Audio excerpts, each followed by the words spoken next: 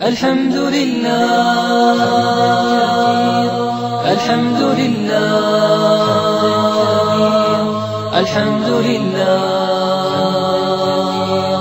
الحمد لله. جائیں گے پیر میں کوئی چیز چوب جائیں گے تمہیں تکلیف ہوں گی. کہاں ہے جوتا؟ کہاں گھر پہ رکھ کے آیا.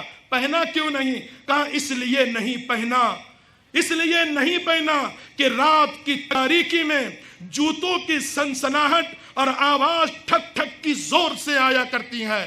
اگر کل قیامت کے دن میرا اللہ مجھے پوچھ لیں گا ابو بکر تیرے جوتوں کی آواز سے غریب مسلمانوں کے نیند خراب ہو گئی تھی، میں کیا جواب دوں گا؟ یہ تھے خلیفۃ المسلمین اور یہ تھے امیر المؤمنین کہ جنہوں نے نبی کے سنت کو فوراً اپنایا تھا. ماں عائشہ نے کہا میرے نبی اس طرح چل رہے تھے، صدیق اکبر نے بھی وہ کام انجام دیا. اس طرح کی صحابہ کی ہزاروں مثالیں پڑے ہوئی ہیں. لیکن ہمارا حال یہ ہے بزرگوں کہ ہم یہ ہیں کہ ایک دوسرے کو تکلیف پہنچانے پہ تلے ہوئے ہیں. میرے نبی نے ایک بات بتائی، میرے نبی نے بات بتائی کہ اللہ کے بعد اگر کسی کا مقام اور مرتبہ ہے سماج میں، سوسائٹی میں اور معاشرے میں تو وہ ہے ماں باپ کا. آج اس ہمارے سماج اور سوسائٹی میں ماں باپ کی جانب سے بے توجہی برتی جا رہی ہے.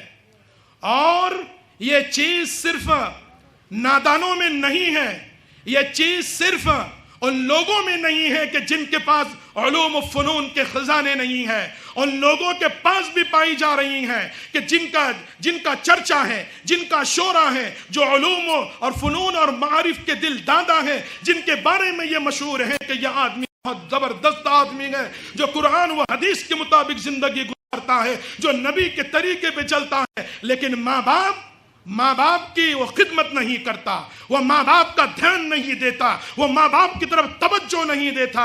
مجھے معاف کیجئے گا، ماں باپ کی طرف توجہ دیجئے اور ان کا دھیان دیجئے. اگر دھیان نہیں دیں گا تو زندگی ہماری کچھ کام کی نہیں ہے.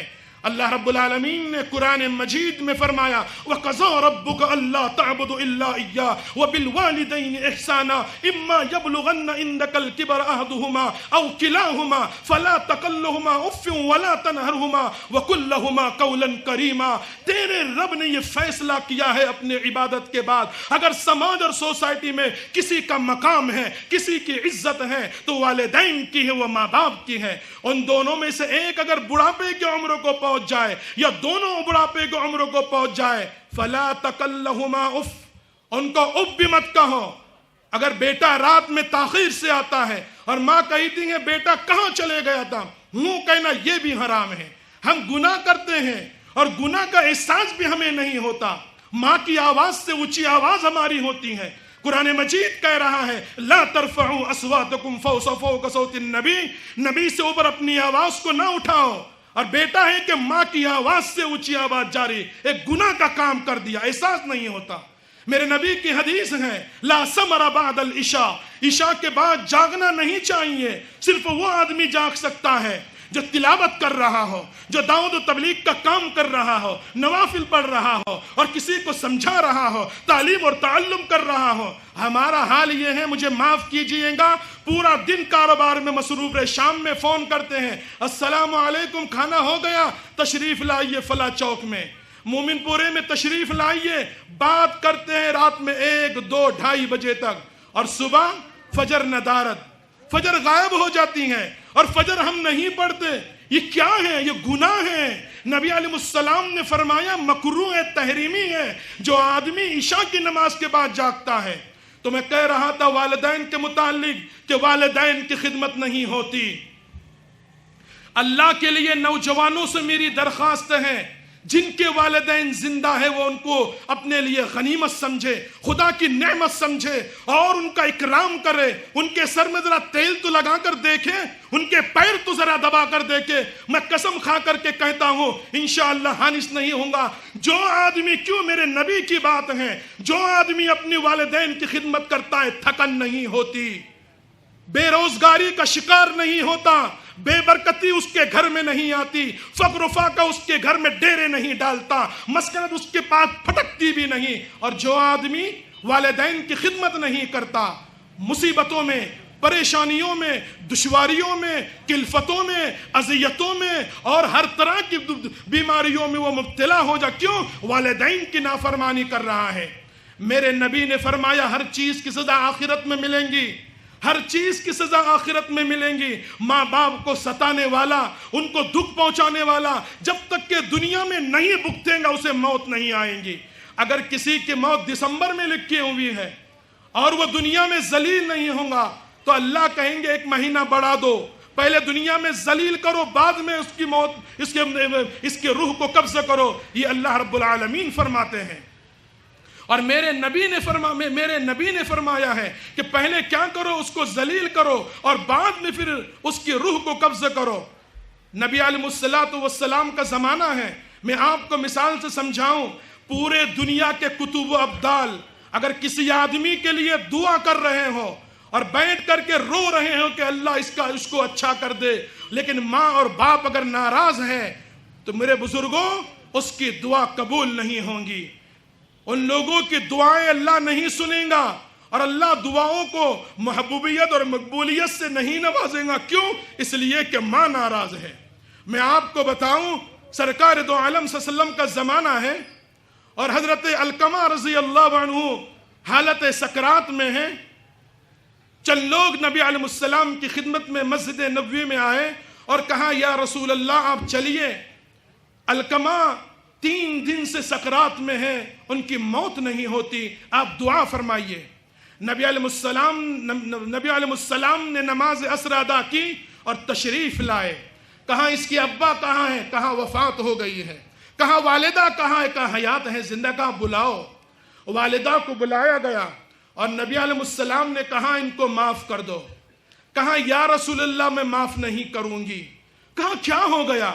کہا اس نے کبھی زندگی میں میری بات نہیں مانی، یہ اپنی بیوی کے سامنے مجھے ذلیل کرتا رہا، اس کو مجھے رسوا کرتا رہا. میں کہتے بیٹا بیٹھ جائیے، کھڑے ہو جاتا. میں کہتے بیٹا رک جائیے، باہر چلے جاتا. میں کہتے بیٹا جلدی آئیے، تاخیر سے آتا تھا. میں اس کو معاف نہیں کروں گی، اس نے مجھے بہت دکھ پہنچائے ہیں، میرے دل کو ٹھیس پہنچائی ہے. یا رسول اللہ آپ گواہ رہنا، میں اس کو معاف نہیں کروں گی. نبی علیہ السلام نے ماں کے جذبات کو سنا تو حضرت بلال، حضرت صہیب رومی کو بلایا اور کہا جنگل میں جاؤ، لکڑیاں لے کر آؤ. ماں نے کہا یا رسول اللہ لکڑیاں کس لیے؟ لکڑیاں کیوں منگاتے ہو؟ کہا لکڑیاں اس کو علقمہ کو جلانے کے لیے رضی اللہ عنہ. صحابی رسول ہیں، وقت کے نبی موجود ہیں، جبکہ ہر نبی مستجاب الدعوات ہوتا ہے اور نبی کی دعا کبھی مردود نہیں ہوتی، نبی کی دعا قبول کی جاتی ہے. لیکن نبی حضرت علقمہ کے پاس ہیں، ماں ناراض ہے، قبول نہیں ہوتی. نبی علیہ السلام نے کہا لکڑیاں لاؤ، جلا دو، دنیا ہی کے اندر جہنم بنا دو، آخرت میں وہ بخشایا ہو جائیں گا. ماں نے کہا یا رسول اللہ کس لیے؟ کہا تیرے بیٹے کو جلانے کے لیے. ماں کا دل ہوتا ہے. بیٹا کتنا بھی نافرمان ہو، بیٹا کتنا بھی شرابی ہو، بیٹا کتنا بھی دغا باز ہو، کتنا بھی دھوکے باز ہو، نافرمان ہو، حکم عدول ہو، وہ ماں کی سنتا نہیں ہو، پھر بھی ماں بیٹے کو بیٹا کہتی ہے. اگر کسی کے بیٹے نے کوئی غلط کام کر دیا، ماں کہتی میرے بیٹے نے نہیں کیا، وہ پڑوس کا اس کا ساتھ مل گیا تھا، اس نے کیا، میرے بیٹے کو کروانے لگایا. پھر بھی ماں کہتی میرے بیٹے نے نہیں کیا. یہ ماں کا دل ہے بزرگوں. اور نوجوانوں ماں کے محبت کو سمجھو اور ان کی خدمت کرو، ان کی زندگی کو غنیمت جانو. کیا کر رہے ہیں ہم لوگ؟ اور پھر کہتے ہیں کہ دعا کیجئے برکت نہیں ہوتی.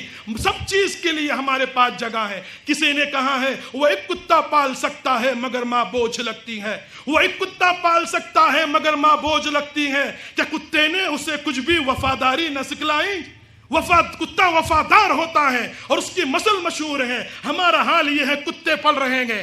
مجھے معاف کیجئے گا، کتا پالنا شرعاً کوئی برائی نہیں ہے. کھیتی کے لیے پال سکتے ہیں، اپنے گھر کی رکھوالی کے باہر رکھ سکتے ہیں، گھر میں لانا نہیں چاہیے، اس سے فرشتے نہیں آتے. لیکن مجھے معاف کیجئے گا، یہ ہمارے امت کا المیہ یہ ہے، اس امت کا المیہ یہ ہے. 50 ہزار کے کتے، یہ کون سا المیہ ہو گیا؟ مجھے معاف کیجئے گا، ہمارے اس ضلع احمد نگر میں ایسے لوگ ہیں جن کے پاس فخریہ طور پر کہتے ہیں کہ میں نے فلاں ملک سے کتا منگایا، اس کا پاسپورٹ ہے. 50 ہزار کتا ہے. کیا عام کتے کو بھی نہیں پال سکتے ہم؟ کیا 50,000 کتا ہونا ضروری ہے؟ سماج اور سوسائٹی میں ایسے لوگ ہیں نیند سے اٹھتے ہیں تو بھوکے اٹھتے ہیں، رات ہوتی ہے تو کھانے کے لیے کچھ نہیں ہوتا، وہ اپنے بچوں کو سمجھاتے ہیں، کیا کرتے ہیں؟ اللہ نے غریبی دے رکھی ہے۔ آج بھی ایسے والدین ہیں جو اپنے بچوں کو کہتے ہیں سو جاؤ سو جاؤ، اللہ وہ دن لائے گا کہ ہمیں بھی اناج نصیب ہوگا۔ ارے کم سے کم گھیو تو دے دو، وہ حریرہ بنا کے پی لیں گے اور اپنی میٹھی نیند سو جائیں گے۔ لیکن کیا ہو گیا ہمارے مالداروں کو؟ مجھے معاف کیجئے، 50,000 کے کتے، اور ایک کتے کو تھیلی بسکٹ، ہڈی کے بسکٹوں کی 1500 کی ایک تھیلی، روزانہ ایک تھیلی کھلاتا، جوڑ لیجئے مہینے میں کتنے ہوتے ہیں؟ 1.5 لاکھ کے بسکٹ اپنے کتے کو کھلائے، اور سماج میں بچیاں بیٹھی ہوئی ہیں اور مائیں رو رہی ہیں، پوری رات ان کو نیند نہیں آتی کہ پیسہ کہاں سے لائیں گے، اپنی نکاح اور شادی کے لیے پیسے نہیں ہیں، بچیاں مجبور ہو رہی ہیں گھروں سے نکلنے کے لیے، ماں باپ مجبور ہوئے خودکشیاں کرنے کے لیے۔ کیا ہو گیا ان مالداروں کو کہ 1.5 لاکھ روپے کے بسکٹ کھلائے اور اپنے سماج اور سوسائٹی کے ایسے لوگ رہ رہے ہیں کہ جن کے کھانے کے لالے پڑے ہوئے ہیں؟ کیا نبی علیہ السلام سے قیامت کے دن کسی موڑ پہ ملاقات نہیں ہوں گی؟ کسی موڑ پہ ملاقات نہیں ہوں گی؟ پوچھ لیا میرے نبی نے اور سرکار دو عالم صلی اللہ علیہ وسلم نے، کیا کر رہے تھے تم کہ تمہارے پڑوس میں بھوکا تھا اور تم اپنے کتوں کو 1.5 لاکھ کے بسکٹ کھلا رہے تھے؟ کل پوچھ لیا، کیا جواب دیں گے؟ کیا جواب دیں گے؟ ہم ایک پانی کے ایک قطرے کا حساب بھی نہیں دے سکتے، کیا جواب دیں گے ہم؟ حال یہ ہے بائک 16 لاکھ کی، ارے 50,000 کی بھی بائک چلتی ہیں، یہ کیا ہے 12 لاکھ کی بائک صرف ہاؤس کے لیے اور اپنے خواہشوں کو پورا کرنے کے لیے؟ جو سماج اور جس سوسائٹی کے اندر اس طرح کا معاملہ ہوتا ہے وہ معاشرہ کبھی صالحیت اور سالمیت طرف نہیں جا سکتا۔ میرے نبی نے فقر کو اپنایا تھا اور دنیا کو یہ بتا کر کے گئے فقیری کی زندگی گزارو، چڑھتا ہوا سورج مقدر بنے گا، فتوحات تمہارے قدموں میں ہوں گی، حکومت کی چابیاں تمہارے پاس ہوں گی۔ یہ پریشانیاں اس لیے آ رہی ہیں کہ ہم نے تعیش کو اختیار کر لیا، عیش کی زندگی گزارنا اختیار کر دی۔ کیا ہو رہا ہے؟ 6 صدی عیسوی میں جب ملک ہندوستان کو چھوڑ کر کے جا رہے تھے تو حال یہ تھا بادشاہوں کا، ان کے ساتھ میں 1200 باورچی تھے، اس پہ سے اندازہ لگاؤ، کک تھے، کک 1200 کک ان کے پاس تھے، 1 لاکھ کا یہ پٹکا پہنتے تھے۔ اللہ نے بتا دیا، حکومتیں برباد ہو گئی، تہ و بالا ہو گئی، ورنہ کیا حال تھا ہمارا اور ہماری کیا شان و شوکت تھی۔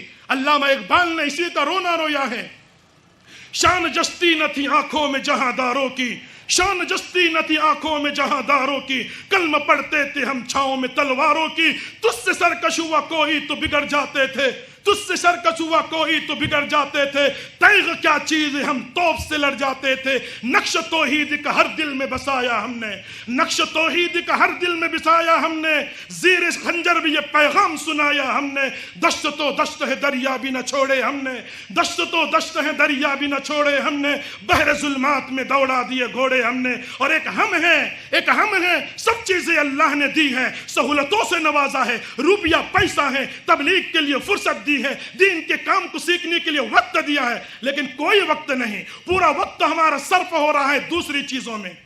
کسی شاعر نے کیا خوب کہا ہے، وار ناکامی متاع کارواں جاتا رہا، وار ناکامی متاع کارواں جاتا رہا، کارواں کے دل سے احساس ضیا جاتا رہا۔ جب ہمیں احساس ہی نہیں ہے کہ کیا ہو رہا ہے، کیا بربادیاں ہمارے اوپر آ رہی ہیں، یہ ہمارے احمد نگر ضلع کا حال ہے، میں نام لے کر نہیں کہتا، اس طرح کا معاملہ ہے۔ کتے اتنے مہنگے اور 1.5 لاکھ روپے کے مہینے کے بسکٹ، 16 لاکھ 20 لاکھ کی بائک، 12 لاکھ کی بائک، اس طرح کا اگر ہوگا تو سماج کس طرف جائیں گا؟ اللہ کل پوچھیں گا قیامت کے دن، یہ مال تم نے کیا کیا تھا، کہاں سے لایا، کہاں صرف کیا؟ اللہ پوچھیں گا، کیا جواب دیں گے ہم؟ میں کہہ رہا تھا والدین کے متعلق، بات کہاں سے کدھر نکل گئی، تو والدین کے ساتھ ہم حسن سلوک کریں، والدین کے ساتھ حسن سلوک کریں۔ نبی علیہ السلام کو کہاں حضرت علقمہ کی والدہ نے، یا رسول اللہ آپ گواہ رہیے، آپ گواہ رہیے، میں میرے بچے کو نہیں دیکھنا چاہتی میرے سامنے جلتا ہوا، رسول اللہ آپ گواہ رہیے، میں اس بچے کو معاف کر دیتی ہوں۔ لکھا ہے کتابوں میں، ماں کے زبان سے جملے نکلے اور حضرت علقمہ کلمہ طیبہ پڑھتے ہوئے اللہ کی طرف جا ملے۔ یہ ماں کی دعا کا اثر ہے، ماں اگر ناراض ہے تو اللہ دعاؤں کو نہیں سنتا، اللہ دعاؤں کو قبول نہیں کرتا۔ نبی علیہ الصلوۃ والسلام فرمایا کرتے تھے اے کاش میری والدہ زندہ ہوتی، اے کاش میری والدہ زندہ ہوتی اور میں عشاء کی فرض نماز کی نیت باندھتا اور میری والدہ کھڑکی سے کھول کر کہتی محمد، میں نیت توڑ دیتا اور کہتا لبیک و سعدیک یا امی، امی میں حاضر ہو. تم فرمائیے کیا فرما رہی ہیں؟ یہ مقام ہے ماں کا، یہ مرتبہ ہے ماں کا. ماں کے مقام اور مرتبے کو پہچانو بزرگوں. نبی علیہ الصلوۃ والسلام نے کہا عمر تمہارے زمانے میں ایک آدمی آئے گا، لمبا ہوگا، اس کے ہاتھ میں برس کا کوڑ کا داغ ہوگا، یہ قمیص میرے جانب سے اس کی خدمت میں پیش کرنا. نبی کا قمیص، نبی علیہ السلام کا قمیص، اور کس کی بنیاد پر؟ نبی علیہ السلام نے فرمایا جو ماں کی خدمت کرتا ہے، جو ماں کی خدمت کرتا ہے اللہ رب العالمین اسے ایسا اتنا اجر و ثواب عطا فرماتے ہیں کہ اوس اور خزرج کی بکریوں کے بدن پر جو بال ہیں اس کے برابر اللہ تعالیٰ اس کی وجہ سے اور لوگوں کے مغفرت کر کے اسے جنت میں ڈال دے گا. یہ ماں کا مقام اور اس کا مرتبہ ہے. ہم اس کے مرتبے کو پہچانو. نبی علیہ السلام نے کہا عمر تمہارے زبان میں آئیں، تمہارے زمانے میں آئیں گا. حضرت عمر جو قافلہ آتا، جو جماعت آتی، کھڑے ہو جاتے. کہا کون ہے؟ اویس ہے؟ اویس ہے؟ نہیں اویس نہیں. ایک قافلہ آیا. کہا کہاں سے؟ کہا کرن سے. کہا اویس؟ کہا میں اویس ہوں. کہا تشریف لائیے، تشریف لائیے. بٹھایا اور کہا یہ قمیص سرکار دو عالم صلی اللہ علیہ وسلم تمہیں عنایت فرمایا ہے، یہ لیجئے.